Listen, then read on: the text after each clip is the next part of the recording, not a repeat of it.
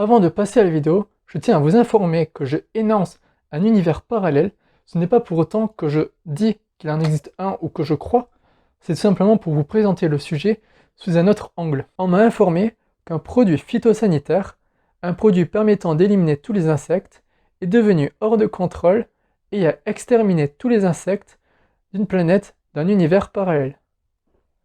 Alors, allons tous ensemble dans cet univers parallèle. Avant d'aller dans cet univers parallèle, je vous invite à vous abonner et à activer la cloche pour ne manquer aucune de mes prochaines vidéos. Bonne vidéo! Alors, avant d'aller dans cet univers parallèle, voyons tous ensemble qu'est-ce qui aurait pu faire disparaître les insectes autrement. Premièrement, la déforestation. Ensuite, il y a les produits chimiques comme les néonicotinoïdes, interdits en France depuis 2018. Mais il y a aussi l'urbanisation, les monocultures et bien d'autres encore. Alors voilà, nous sommes dans cet univers parallèle où tous les insectes ont disparu. En premier, on pourrait se dire plus d'insectes qui viendraient nous embêter lors des pique-niques ou d'autres sorties.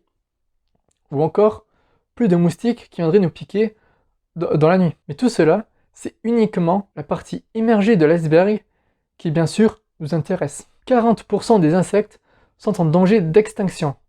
Et si la tendance actuelle continue, il n'y aura plus d'insectes d'ici 100 ans. Et oui, car 1% de ces insectes disparaissent chaque année. Mais la disparition d'insectes entraînera avec elle la disparition d'oiseaux, de chauves-souris et d'autres animaux se nourrissant d'insectes. Et s'il n'y a plus d'insectes, les végétaux disparaîtraient, car en effet, les abeilles et les bourdons assurent 75% de la production mondiale. Et sans végétaux, comment pourrons-nous nourrir le bétail et les animaux herbivores? Eh bien tout simplement, nous ne pouvons pas. Donc, ils mourront de faim, ce qui entraînera une famine dans le monde.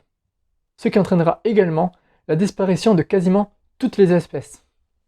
Il y a 200 ans, des Européens ont amené des ovins et des bovins en Australie.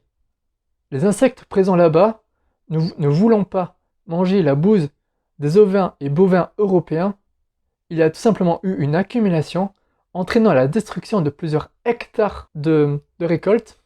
Ils ont donc dû importer des insectes venant d'Europe et d'Afrique. Heureusement pour eux, ça s'est vite réglé après l'importation d'insectes d'Europe et d'Afrique. Mais cela montre bien l'importance des insectes dans le monde. Pour sauver une espèce, il ne suffit pas tout simplement de la protéger, mais également de protéger son milieu naturel. Sinon, elle disparaît avec lui. Pour vous donner une idée, sans abeilles, il y aurait 90% de végétaux en moins sur la planète Terre. Sans les scarabées, les mouches, etc., il n'y aurait plus du tout de chocolat, car les mouches permettent la multiplication des fèves de cacao. Au final, l'espèce humaine se croit supérieure aux autres, mais n'est-il pas dépendant de ces dernières? N'oubliez pas que toute vie mérite d'être protégée, et moi je vous dis à la prochaine pour de nouvelles vidéos.